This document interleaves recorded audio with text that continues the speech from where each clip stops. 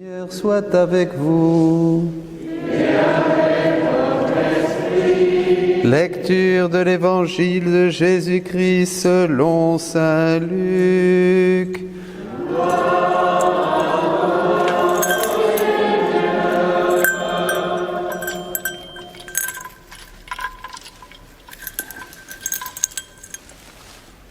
En ce temps-là, les disciples qui rentraient d'Emmaüs racontaient aux 11 et à leurs compagnons ce qui s'était passé sur la route et comment le Seigneur s'était fait reconnaître par eux à la fraction du pain. Comme il parlait encore, lui-même fut présent au milieu d'eux et leur dit « La paix soit avec vous ». Saisis de frayeur et de crainte, ils croyaient voir un esprit. Jésus leur dit « Pourquoi êtes-vous bouleversés ? Et pourquoi ces pensées qui surgissent dans votre cœur ? Voyez mes mains et mes pieds, c'est bien moi. Touchez-moi, regardez. Un esprit n'a pas de chair ni d'os, comme vous constatez que j'en ai. » Après cette parole, il leur montra ses mains et ses pieds. Dans leur joie, ils n'osaient pas encore y croire et restaient saisis d'étonnement. Jésus leur dit « Avez-vous ici quelque chose à manger ?» Ils lui présentèrent une part de poisson grillé qu'il prit et mangea devant eux.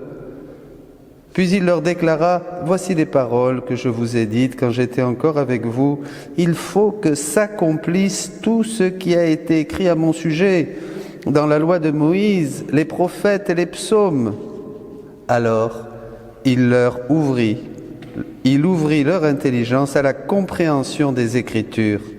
Il leur dit « Ainsi est-il écrit que le Christ souffrirait, qu'il ressusciterait d'entre les morts le troisième jour, et que la conversion serait proclamée en son nom pour le pardon des péchés à toutes les nations, commençant par Jérusalem. À vous d'en être les témoins. Acclamons la parole de Dieu.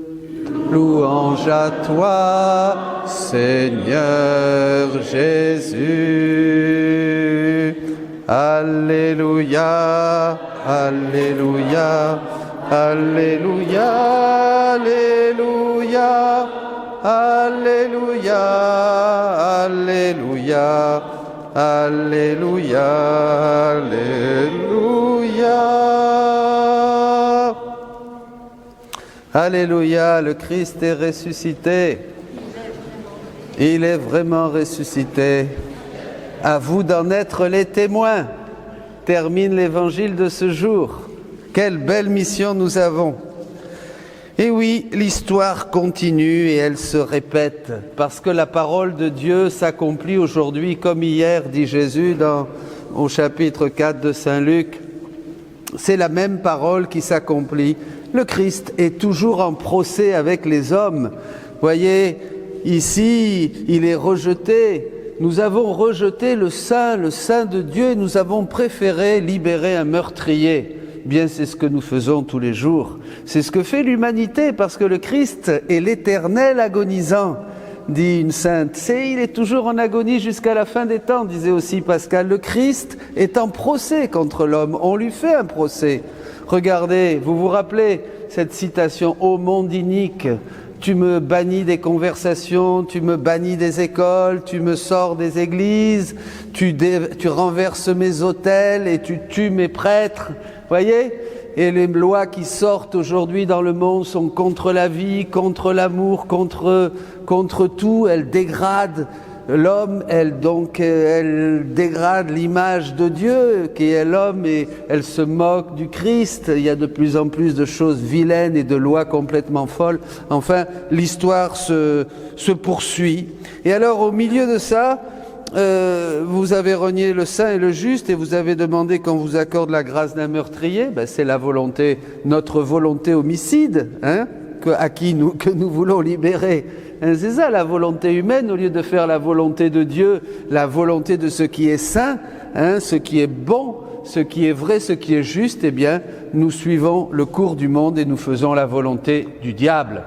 Bien sûr, il faut le dire, puisque Jésus même dira que le monde entier est sous le pouvoir du diable. Quand nous obéissons pas à Dieu et à ses commandements, nous obéissons au diable. Et ça, il faut le savoir pour le confesser. Et alors là, nous avons dans ce texte des Actes des Apôtres ce qu'on appelle une proclamation du kérygme. Que devons-nous faire ? Qu'est-ce que je vais faire, comme disait saint Ignace devant la croix, que devons-nous faire ? Eh bien, convertissez-vous, dira saint Pierre au début des Actes, repentez-vous pour vos péchés et vous recevrez le Saint-Esprit. C'est le kérygme. On est dans la première évangélisation. Dieu nous demande de nous repentir, de voir que nous sommes pécheurs, que nous avons mis à mort, nous, pas les Romains, c'est pas une histoire du passé, que nous mettons à mort tous les jours, à travers nos choix, à travers nos décisions, le sein de Dieu pour faire notre volonté qui est homicide, qui est meurtrière, qui est méchante, qui est égoïste, qui est centrée totalement sur nous. Alors, qu'est-ce qu'on fait comme ça ? Eh bien, il faut le savoir pour se connaître, pour avoir une vraie conversion. Le kérygme nous appelle à la conversion de nos péchés. C'est à la conversion de notre cœur et à la confession de nos péchés. C'est ce que nous faisons depuis 2000 ans. Et bien sûr, et c'est ce que ma fille, vous voyez, et Jésus dit très bien à Louisa qu'il faut cette connaissance de lui et cette connaissance de soi. Ma fille, ne sort pas de ma volonté. Je change, je prends la volonté de Dieu et je la fais mienne pour faire vraiment ce qui fait plaisir à Jésus. En sortant de ma volonté, tu en viens à perdre la connaissance de moi. Et en ne me connaissant pas, tu viens à perdre la connaissance de toi. On ne peut connaître Jésus que si on se connaît soi-même, si on se reconnaît pécheur, si on se reconnaît opposé, résistant à l'Esprit Saint. Voilà. Et ne me connaissant pas, tu viens à perdre la connaissance de toi. Ce n'est qu'au reflet de la lumière qu'on distingue clairement si une chose est de l'or ou de la boue. Quand tout est ténèbres, on peut facilement confondre les objets. Ma volonté est lumière, cette lumière te donne la connaissance de moi et au reflet de cette lumière, tu en viens à connaître qui tu es. Par suite, en voyant ta faiblesse, ton pur néant, tu t'accroches à mes bras. Uni à ma volonté, tu vis avec moi dans le ciel. Mais si tu sors de ma volonté, premièrement, tu en viens à perdre la vraie humilité et ensuite tu en viens à vivre sur la terre. Tu es ainsi contrainte à ressentir le poids des choses terrestres, à gémir, à soupirer, comme tous les autres malheureux qui vivent en dehors de ma volonté. Eh oui, on sort de la volonté de Dieu, alors on est troublé. Et quand on perd la paix, on perd tout. Qu'est-ce que donne Jésus dans cet évangile ? Je vous donne ma paix. C'est le grand cadeau de la résurrection quand nous avons pris conscience de qui nous sommes, des pécheurs, et que nous nous sommes jetés aux pieds du Christ pour confesser notre péché et lui demander son salut et sa grâce. C'est le premier pas, voyez, la première évangélisation, c'est les premières paroles de Jésus dans les évangiles. Convertissez-vous et croyez à la bonne nouvelle. C'est ça qui est très important, mes amis, parce que là, sans cette paix dans notre cœur, Jésus dit dans un autre passage à Louisa, eh bien qu'on est sous le pouvoir du monde et le pouvoir du diable. Il le dit, tu trouveras l'ambiance du diable si on perd la paix. Et on a la paix que quand on se convertit tous les jours. La conversion, c'est pas fini, c'est pas d'hier, c'est aujourd'hui, c'est chaque matin. Chaque matin, tu dois choisir Dieu. Tu dois choisir le salut en Jésus-Christ, mort et ressuscité. Vous voyez, ça c'est vraiment la première confession que nous proposent les évangiles. Alors après, évidemment, et c'est là que c'est beau, on peut dire « je le connais ». Comme dit la deuxième lecture. Là, on passe à la deuxième lecture. Les trois lectures sont très importantes. On peut dire « je le connais » parce que, eh bien, on confesse son péché. Alors, quand on confesse son péché, on peut vraiment dire « mais oui, Jésus est mon ami et je connais Jésus ». S'ouvre pas. Hop. Voilà. Il fait froid. Alors... je le connais. Celui qui dit « je le connais » et qui ne garde pas mes commandements est un menteur, la vérité n'est pas en lui. Aujourd'hui, beaucoup disent « je connais Jésus ». Je ne veux pas être culpabilisant, mais je prends pour moi aussi, pareil, je dis je connais Jésus, mais souvent je fais pas toujours les commandements, je pratique pas toujours les commandements de Jésus. Il y a du mensonge aussi en moi. Qu'est-ce que vous croyez? On ne peut pas dire ah ça y est, c'est que de la vérité, je suis tout lumière. Non, c'est pas vrai. Tous les jours, il faut travailler. Mais bon, quand on voit une mauvaise herbe, on la arrache et on la jette. Eh bien, c'est le travail de tous les jours. Mais beaucoup disent, je connais Jésus, mais en fait, ils ne le connaissent pas. Ils se limitent au minimum. Il n'y a pas une vraie connaissance de soi, une vraie connaissance de sa misère et de son péché, et une vraie proclamation que le Jésus que nous connaissons est vraiment l'amour et la miséricorde. Alors ça, c'est les bases. Et alors maintenant, passons à ce que fait Jésus dans l'Évangile. Vous voyez? Eh bien là, il est ressuscité. Alors il est ressuscité et les disciples vont manger et boire avec lui. Dans les Actes des Apôtres, au chapitre 10, il dit « Nous qui avons mangé et bu avec toi ». C'est comme s'il y a quelque chose de nouveau qui se passe. Il y a une connaissance de Jésus qui nous permet d'être avec lui et de manger, de boire, de vivre. Vous voyez, c'est aujourd'hui. On est dans le présent de Dieu. Vous savez que tous les mystères de Jésus sont comme des soleils et ils sont présents. Ils sont à nous dans la foi. On ne fait pas mémoire, on ne prend pas une photo de la passion, une photo de la résurrection. Oh oui, tu te rappelles quand il est ressuscité, tu te rappelles quand il a souffert. Non, parce que tout ce que nous vivons, c'est dans l'éternité. Donc vous pouvez y accéder quand vous voulez. Et c'est d'ailleurs ce qu'on fait à chaque messe. C'est ce que vous faites dans la prière, c'est ce que vous faites quand vous lisez la Bible. Vous entrez dans le présent de Dieu pour être contemporain et par la foi recevoir les fruits de sa naissance à Bethléem, les fruits de son baptême au Jourdain, les fruits de sa prédication, les fruits de sa transfiguration. Vous êtes à l'agonie avec lui, vous êtes à la croix. Nous vivons tout ça et nous avons un dialogue avec Jésus. Nous l'aimons, nous réparons, nous le consolons, nous le louons, nous le bénissons. Nous avons une vie dans le présent de Dieu. Vous comprenez? Et toutes ces grâces de tous les mystères de Jésus, comme des rayons de soleil, illuminent notre âme, la touchent, la guérissent, la transforment, la sanctifient, la divinisent, nous rendent semblables à Jésus. Ce matin, il y avait une intention de prière, je fais une parenthèse très belle, qui disait que nous attendons le jour éclatant de ta manifestation. Alors nous te verrons tel que tu es et nous serons semblables à toi. C'est tiré de la première lettre de Saint Jean au chapitre 3. Nous attendons la manifestation de ta gloire, la manifestation de ce qui tu es, toi. Alors à ce moment-là, eh bien vraiment, nous te verrons. Nous verrons comment peu à peu sont les traits de ton visage, tes mains, tes pieds, ton cœur, nous te découvrons et alors nous serons semblables à toi. C'est extraordinaire. Vous comprenez? Eh bien, c'est ce que fait Jésus aujourd'hui.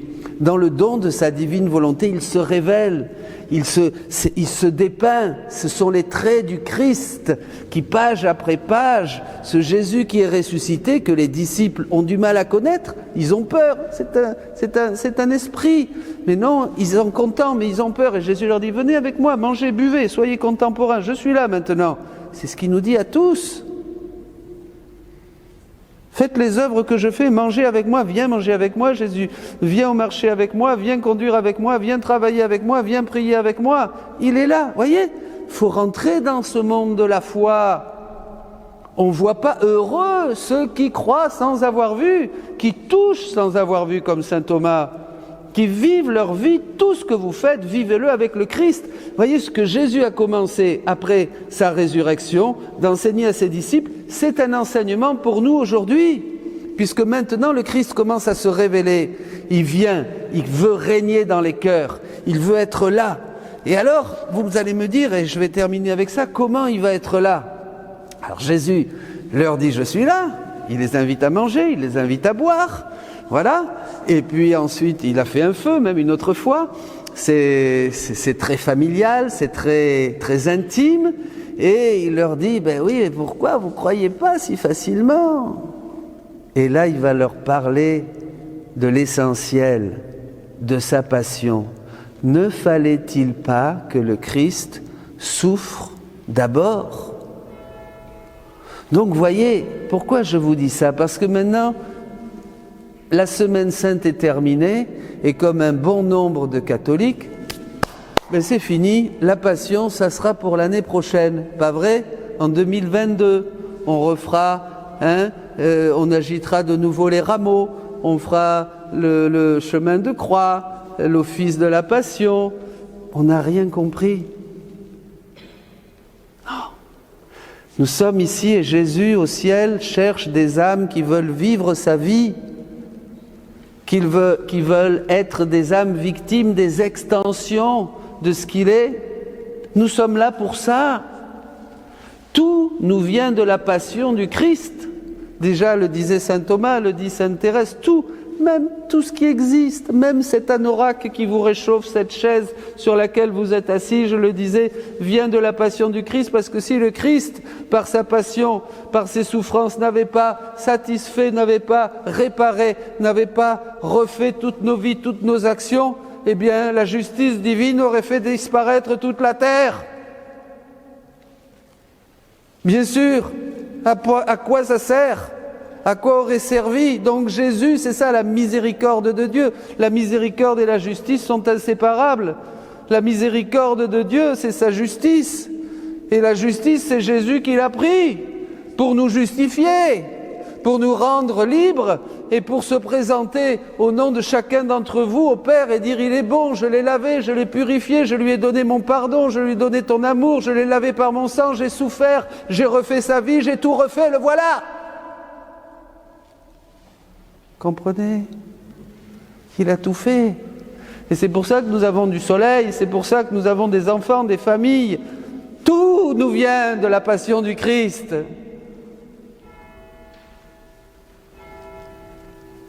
C'est pas fini. Et alors aujourd'hui, faites ce qu'il dit.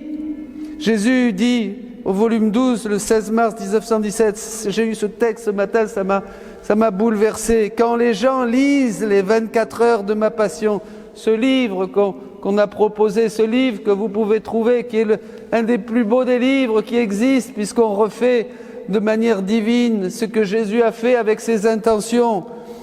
Écoutez ça, je remplis ton âme jusqu'à déborder.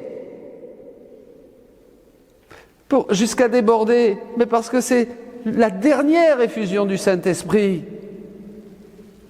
C'est la même qu'après la croix et la résurrection, il y a eu le don du Saint-Esprit. Et bien de la même manière, maintenant, nous revivons la passion, nous la méditons, nous l'offrons au Seigneur et nous faisons ces actes. À ce moment-là, qu'est-ce qui se passe?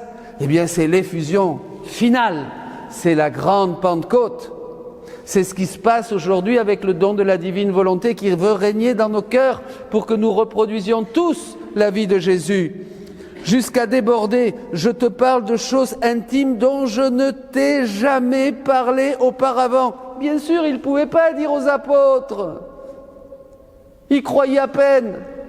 Ils croyaient voir un fantôme. Ils étaient là, bouleversés, ils étaient contents. Thomas doutait. Les autres déprimés sur le chemin d'Emmaüs. Oh, esprit lent à croire, ne fallait-il pas encore? Voyez, donc il a fallu 2000 ans.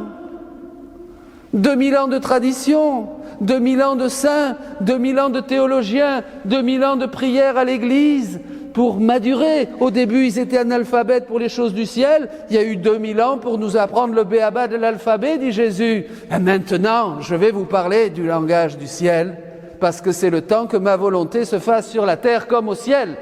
Et quelle synthèse! Mais quelle beauté, mes amis!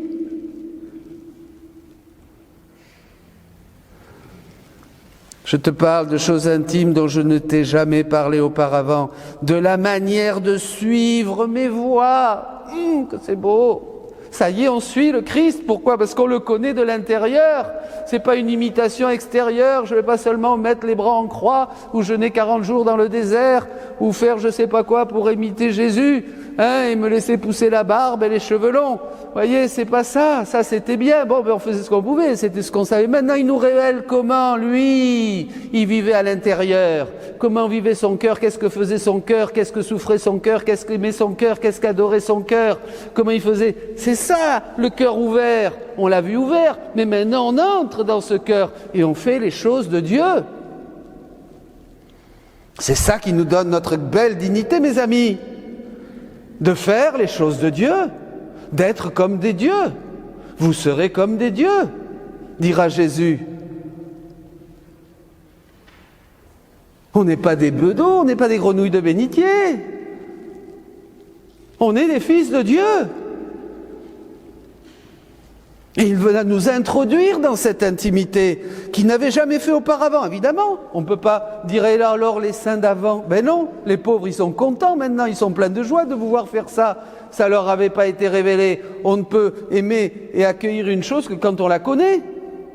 Si je ne sais pas, je ne peux pas le prendre. Ces heures de la passion sont le miroir de ma vie intérieure. Et celui qui se modèle sur elle reproduit ma vie en lui. Oh mon Dieu, alors ça c'est formidable. On reproduit la vie de Jésus, rien de moins. Vous voulez pas faire ça, vous? Ça vous intéresse pas de reproduire la vie de Jésus? Mais telle quelle, hein? Photocopie, il n'y a pas photo là. C'est pareil. Reproduire la vie de Jésus dans mon petit cœur. Ça ne veut pas dire qu'on va souffrir, qu'on va avoir du sang et tout ça. Non, c'est seulement je le prends, je le fais mien et je l'offre au Père. Je le prends, je le fais mien et je l'offre au Père. Je la prends, je la fais mienne et je l'offre au Père. C'est ça la vraie prière, on appelle ça des rondes. Quelle grâce! Reproduis, oh comme elle révèle mon amour et ma soif pour ces âmes, pour les âmes, ressenti dans toutes les fibres de mon cœur, dans chacune de mes respirations, dans chacune de mes pensées. En fait, je te parle plus que jamais. Vous voyez, il parle Jésus.